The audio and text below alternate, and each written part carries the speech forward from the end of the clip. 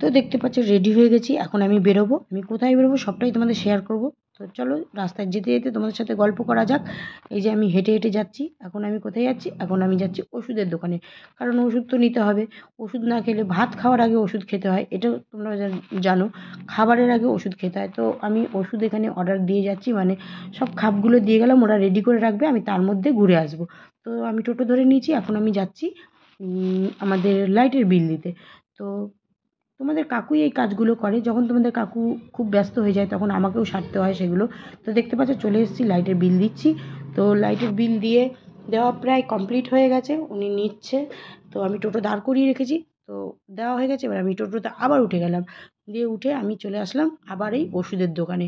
তো ওষুধের দোকানে গিয়ে আমি ওষুধটা নিয়ে, কিছু কাজ বাকি আছে যেগুলো কিনা তোমাদের কাকু ভুলেই গেছে, বাজারে গেছে সকালে, তোমাদেরকে দেখালাম মাছ টাছ সব নিয়ে এসছে, কিন্তু টমেটো আর ওই যে আদা নিতে ভুলে গেছে। তো আমাকে সেগুলোও নিতে হবে। তো আমি এখন টোটোতে উঠে গেছি, টোটো থেকে এবার নামবো, নিয়ে ওষুধটা নিয়ে তারপরে আমার টুকটাক কেনাকাটিটা করে তারপরে আমি বাড়ি যাব। তো চলো, আপাতত মনে হয় চলে এসেছি। এবার আমি নামবো, নিয়ে ওষুধগুলো নিয়ে নিই। তো নেওয়া হয়ে গেছে ওষুধগুলো, নেমেও গেছি আর বাড়িও চলে এসেছি। সেগুলো আর তোমাদের শেয়ার করতে পারলাম না। তো আমি কী কী নিয়ে এসেছি তোমাদের দেখাই। এই যে ওষুধ দেখতেই পাচ্ছ, এই ওষুধ না হলে হবে না, ওষুধ হচ্ছে জীবন। তো ওষুধ নিয়ে এসেছি, তার সাথে নিয়ে এসেছি এই যে টমেটো আর আদা, কারণ এটা আজকে আমার রান্না করতে গেলে লাগবে। আর এটা ঘরে একটুকুও নেই, তাই জন্য ভাবলাম একবারে নিয়েই যাই। আর এই যে নিয়ে এসেছি চালের গুঁড়ো, রিমি পিঠে খেতে চেয়েছে, তাই ভাবলাম চালের গুঁড়োটা নিয়ে যাই। তবে জানি না আজকে করতে পারবো কি না, কারণ শরীরটা খুব ভালো লাগছে, মানে খারাপ লাগছে। তাই জন্য এখন আমি রান্না করতে যাব। আর তোমাদের কাকু না থাকলে রান্নারও এনার্জি থাকে না, কিন্তু এখন রান্না করতেই হবে। কারণ চলো এখন দেখাই কি কি রান্না করব। তোমাদের তো আগেও শেয়ার করেছি, আর এখনও আবার একটু ছোট্টখাট্টো করে শেয়ার করে দিই।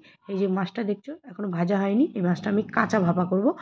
আর এই মাছটা ভাজা হয়ে গেছে, এই কাতলা মাছটা, এটা আমি সবুজ ফুলকপি দিয়ে প্লেন একটা ঝোল করব।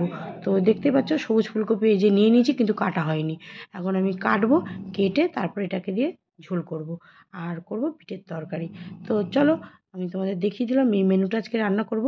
কিন্তু দেরি হয়ে গেছে খুব, এখন ইচ্ছাও করছে না, কিন্তু রান্না তো করতে হবে। তার উপরে আবার রিমির আবদার রয়েছে, করে উঠতে পারবো কিনা জানি না, কিন্তু এখন আমাকে রান্না করতে হবে।